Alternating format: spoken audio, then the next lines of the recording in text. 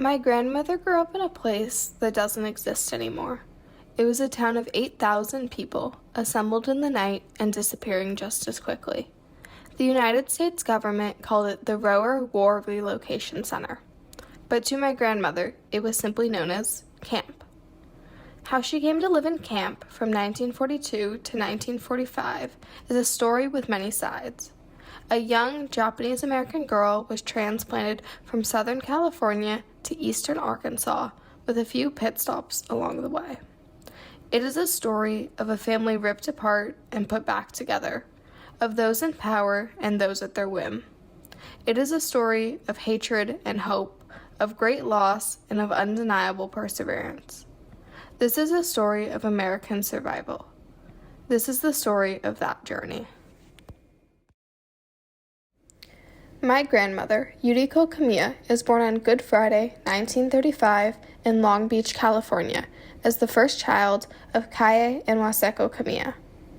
Her younger brother, Eichi, is born the following year. Her sister, Yosi, is born in 1940. The young family enjoys the small fruits of life during this period. In 1938, the family moves to 3001 Hathaway Drive, living on the property of the Japanese school where Kaye and Waseko teach. Yuriko begins kindergarten at Robert E. Lee Elementary School. This is the start of her early childhood memories. So I entered kindergarten as the only Japanese-speaking child of the entire school. When you are 5 in kindergarten, you are at a point in life where you want to socialize with other children, but I lack the skills to communicate. From an early age, she works to assimilate into American culture. She is the eldest child and the first in her family to grow up in the United States. I memorized all the songs and rhymes and the routine of the classroom, and I was able to go home and teach my brother, sometimes not knowing what the lyrics meant or what the poems meant, but we were able to recite them. Yuriko's ability to Americanize would soon be tested by her peers, her community, and her country. Yesterday, December 7th, 1941, a date which will live in infamy. The United States of America was suddenly and deliberately attacked by naval and air forces of the Empire of Japan. On this particular Sunday, Yuriko is at a wedding with her family. The FBI raids the reception for members of the Japanese American community. Kaye is spared because he is a U.S. citizen. Everybody went home, and there was a lot of fear about what that meant when Japan attacked Pearl Harbor. When the Kamiya family returns home on December 7, 1941, they do what many families do. They brace for war. But what that means for Japanese Americans starkly contrasts with the rest of the nation. For days, my parents would be out in back and in those big metal barrels. They were trying to burn the Japanese school textbooks. But if you just throw books into a pile and set them on fire, they don't all burn. So they had to rip out the pages from the books and throw them into these barrels for them to burn. They also burned anything that was reminiscent of Japan. There were family pictures, there were certificates that my father was awarded from the Japanese government for teaching Japanese language in the U.S. Those were all burned. So flags, those were burned. The fears of the Kamiya family are not unfounded. They are under suspicion. The U.S. Census Bureau actively collaborates with the government to provide the locations of Japanese Americans. The FBI had sought to access personal civilian data as early as 1939. Yes. Shortly after the war broke out, there was an FBI car at the end of our road. There's two men in them day and night to watch the movement of people of Japanese ancestry. My aunt happened to be visiting us from the San Jose area, and she went home and was followed all the way back. Mm-hmm. There was much suspicion at the time. The Kamiyas know they are being watched. Not long after, they are interrogated. It was actually in the evening, mm-hmm. and it was already dark. But FBI agents came into our house and told us we had to all sit in the living room. And they went from room to room, cupboard to cupboard, drawers, and dumping everything out, looking for I don't know what. They didn't find anything that incriminated my parents, but they did take my father with them. They took him away, and we didn't know where. They didn't tell my mother when she would see him again. And so we just considered it a lost. Kaya is taken to White Point Immigration Facility and then to Terminal Island Prison in Long Beach. He is fingerprinted, dressed in a prison uniform, and has his mugshot taken. Only by convincing prison officials that he needs medicine is he allowed to call home. It is then, with the help of Kaya's friend John Papp, a white lawyer, that Kaya is released. Kaya is not charged with any crime here, nor during the length of his life. Yes, he was able to join us before we were sent away, so that was a blessing for our family, that we had our dad with them. Following the bombing of Pearl Harbor, anti-Japanese sentiment intensified. It was built upon a long history of xenophobia. Asians were viewed as unassimilable in American society, as an inherently inferior and undesirable race. Japanese Americans understood the hysteria that was rampant in the media, as well as in the law. That radio, the newspapers, all showed Japanese Americans as evil, sneaky, and all portrayal of that group was negative. So it's no wonder that it didn't take long for the public at large to take on that attitude. When the war broke out, of course it was bad news for everyone, but particularly Japanese Americans, because they were easy to pick out. Their names, their faces were very easy to be subject of any kind of discrimination, or what we call hate crimes today, would be being called a Jap by other kids or by adults was hurtful. To my grandmother, the United States has always been home. Japan is a foreign country. She is an American citizen. She identifies as American. The rest of the nation did not see her this way. To them, she was a foreigner, an enemy. Japanese Americans tried their best to show their loyalty to America. It was not enough. President Franklin Delano Roosevelt signs Executive Order 9066 on February 19, 1942.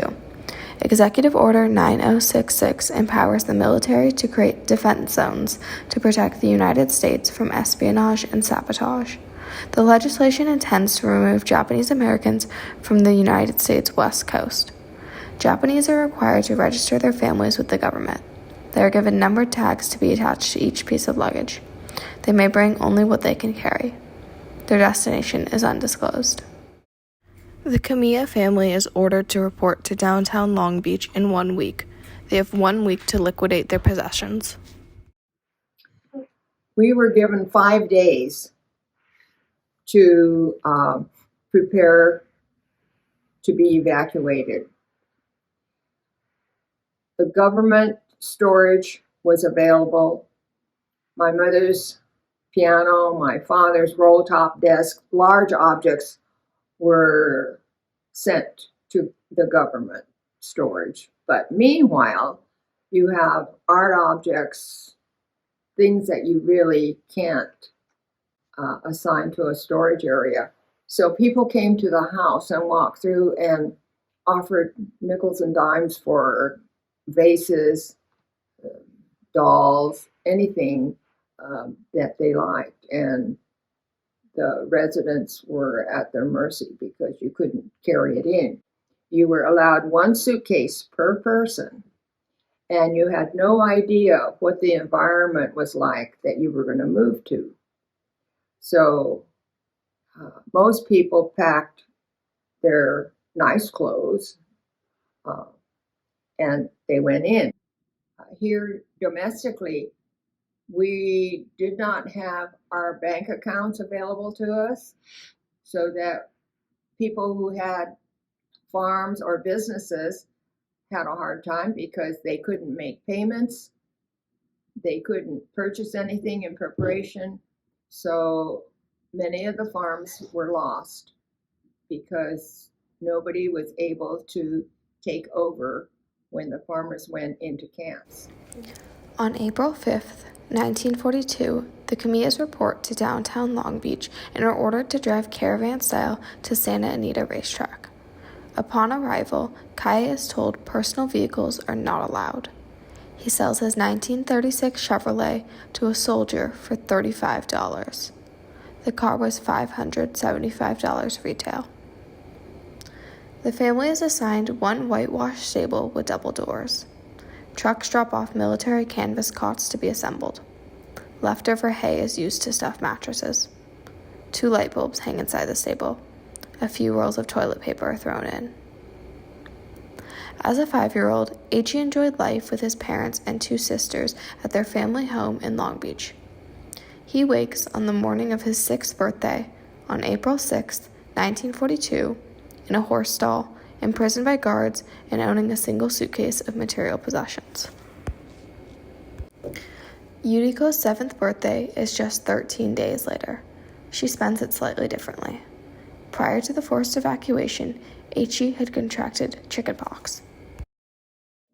Any communicable disease was suspicious. Of course, you're going into a group setting. So an ambulance came and they took my sister and I away from the family. And I remember getting into the back of the ambulance and looking, and I saw my parents standing at the back. And it's the first time I remember seeing my mother crying as they took her 2 children away. Yuriko and her 18-month-old sister, Yosi, are sent to Los Angeles General Hospital, where they stay for 2 weeks to recover. Their parents are not notified of their location or release. My parents and my brother went to the main gate of Santa Anita every day to see if my sister and I were coming back to camp from the hospital. And every day, we weren't coming.